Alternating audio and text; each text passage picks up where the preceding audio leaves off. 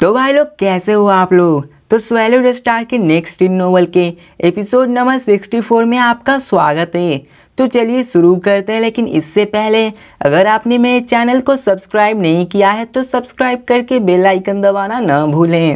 तो पिछले एपिसोड में हमने देखा था कि मोइन क्रिस्टल को पाने की लालच इतनी ज़्यादा बढ़ चुकी थी कि खुद होंग को वहां आकर फाइट को रुकानी पड़ी थी। तो इस एपिसोड में हमें लू फेंग को दिखाया जाता है जो कहता है कि हम लोग यहाँ 3 दिनों से खोज में लगे हुए हैं। अब लू फेंग एक स्पीड मास्टर होता है जिसके कारण उसे मोइन क्रिस्टल को खोजने में ज़्यादा दिक्कत नहीं आई, लेकिन तभी लू फेंग के पास होंग का कॉल आता है जो सबको अपने पास बुलाते हैं और वहां पर सारे इंस्ट्रक्टर भी आए हुए होते हैं जो कि मोइन क्रिस्टल के लिए ही ढूंढने को आए होते हैं और सबको मोइन क्रिस्टल के पावर का अंदाजा भी हो गया था। ये हमारे कल्टीवेशन में बहुत ज़्यादा यूजफुल है, इसलिए सारी दुनिया इस मोइन क्रिस्टल के पीछे थी। अब होंग वहां पर क्रिस्टल को सब में आपस में बांट देता है। अब इसके बाद होंग अनाउंस कर देता है कि इन क्रिस्टल को ट्रेडिंग के लिए यूज कर सकते हो आप लोग। हर क्रिस्टल की दाम 20 स्टार्स की होगी। अब इन सब के बीच बहुत बातें होती है, लेकिन वो सब इतनी भी खास नहीं है, तो इसलिए मैं उन्हें स्किप कर रहा हूँ। अब लू फेंग फिर से अपने ड्रिलिंग शटर से जमीन में होल करने लगता है। अब इसी बीच लू फेंग अपनी गर्लफ्रेंड जियो जिन को कॉल लगाता है और उसे यहाँ पर क्या हो रहा है ये सब बताता है। अब उनकी बातों के बीच में हमें यह पता चलता है कि मोइन क्रिस्टल के लिए यहाँ पर 20 वॉर गॉड्स भी मारे गए हैं और ये बहुत बड़ा नंबर है, और ये भी कि सारे देश के तरफ से आए हुए रिप्रेजेंटेटिव में से 3 मारे गए हैं, और अगर लाइफ ऑफ एलिक्जर ना होता तो 10 तो पक्का मारे जाने थे। अब ये सब सुनकर जियोजिन भी बहुत ज़्यादा शॉक हो जाती है और उसे इस बात का पता चल जाता है कि मोइन क्रिस्टल कोई मामूली क्रिस्टल नहीं है जिसके लिए इतनी ज़्यादा जाने गए हैं। लेकिन कॉल पे बात करते ही समय लू फेंग के पैरों में दर्द कम महसूस होता है। अब यहाँ पर लू फेंग को कुछ ऐसा मिलने वाला था जिससे कि वो सेक्टर लॉर्ड के बंदे को भी हर्ट कर सकता है।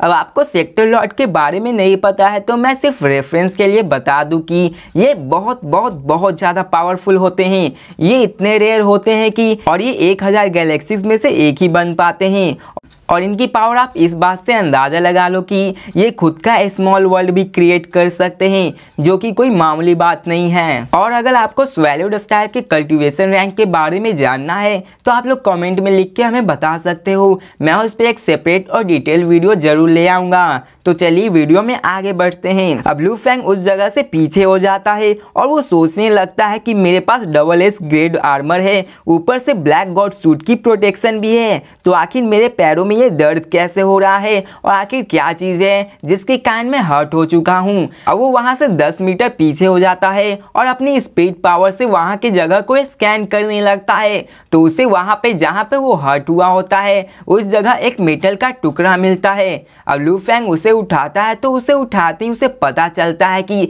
ये बहुत ज्यादा भारी है और ये कम से कम 1 टन के बराबर है। अब इसी से लू फेंग अंदाजा लगा लेता है कि ये कोई अर्थ की मेटल नहीं है, ये दूसरे प्लैनेट की मेटल है। अब वो उस मेटल के बारे में इन्वेस्टिगेशन करने लगता है और उसके बारे में ही सोच रहा होता है कि लू फेंग के पैरों में फिर से दर्द होता है, और जब वो अपने पैरों को देखता है तो उसके डबल एस ग्रेड आर्मर कटा हुआ था। अब इसे देखकर लू फेंग बहुत ज्यादा ही शॉक हो जाता है और कहता है मेरा डबल एस ग्रेड आर्मर किसी भी किंग लेवल मॉन्स्टर के अटैक को बड़े ही आराम से झेल सकता है, यहाँ तक कि उसके बहुत सारे पंचेस के बाद भी मैं डबल एस ग्रेड आर्मर में थोड़ा सा ही फर्क पड़ेगा और मेरा माउंटेन ड्रिल भी इसे इतना भेद नहीं सकता।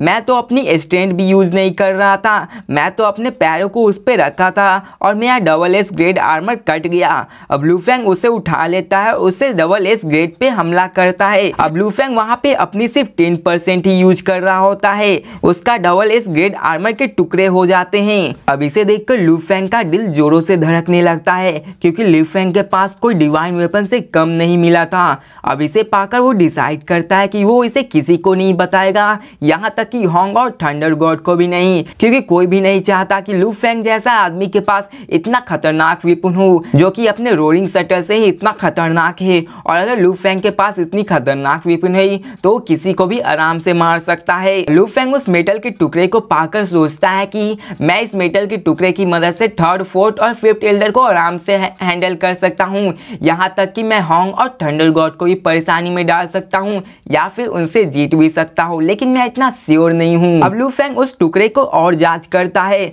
तो उसे उसमें से एंशिएंट पावर की महसूस होती है। अब वो इसे ना यूज करने का डिसाइड करता है और इसे उसी वक्त यूज करेगा जब इसकी लाइफ में बन जाए। अब लू फेंग को उस वेपन के बारे में बहुत कुछ पता चलता है। ऐसा लग रहा था कि वो वेपन लू फेंग के लिए ही छोड़ा गया हो और लू फेंग अपनी स्पीड पावर की मदद से उसे आराम से कंट्रोल भी कर पा रहा था और उस ब्लेड की स्पीड साउंड की स्पीड से 10 गुना ज्यादा थी, जो कि बहुत ही ज्यादा है। अब आप लोग उस वेपन के बारे में इतना समझ लीजिए कि वो बहुत ही ज़्यादा खतरनाक है और मैंने पहले ही बताया वो सेक्टर लॉर्ड को भी हर्ट करने की ताकत रखता है। अब यहाँ पर लू फेंग अपने ब्लैक गॉड आर्मर पे इसका टेस्ट करता है और शॉकिंगली वो ब्लैक गॉड के 9 लेयर्स के प्रोटेक्शन को भी पेनिट्रेट कर देता है, जो कि लू फेंग के लिए बहुत ही ज़्यादा हैरान कर देने वाला था, क्योंकि ब्लैक गॉड आर्मर जो सिर्फ अपने प्रोटेक्शन के लिए ही जाना जाता था वो भी इसके सामने कुछ नहीं था।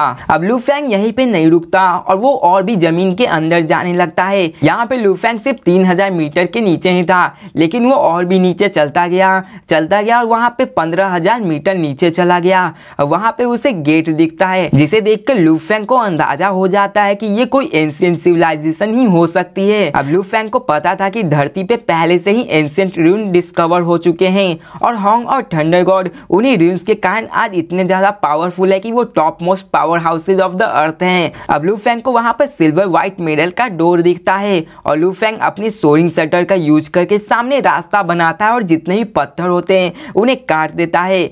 अब लू फेंग को पता था कि एंशिएंट सिविलाइजेशन बहुत ही ज्यादा खतरनाक होने वाला है, यहाँ तक कि लू फेंग की जान भी जा सकती है, लेकिन फिर भी लू फेंग अपनी स्पीड पावर से वहां चेक करता है। लेकिन जब लू फेंग उसे अपनी स्पीड पावर से चेक करता है तो वो पूरी तरह से हैरान हो जाता है और उसे ये भी पता चल गया कि वहां पे मोइन क्रिस्टल आने का क्या कारण है। तो भाई लोग इसी के साथ ये भी वीडियो खत्म होती है।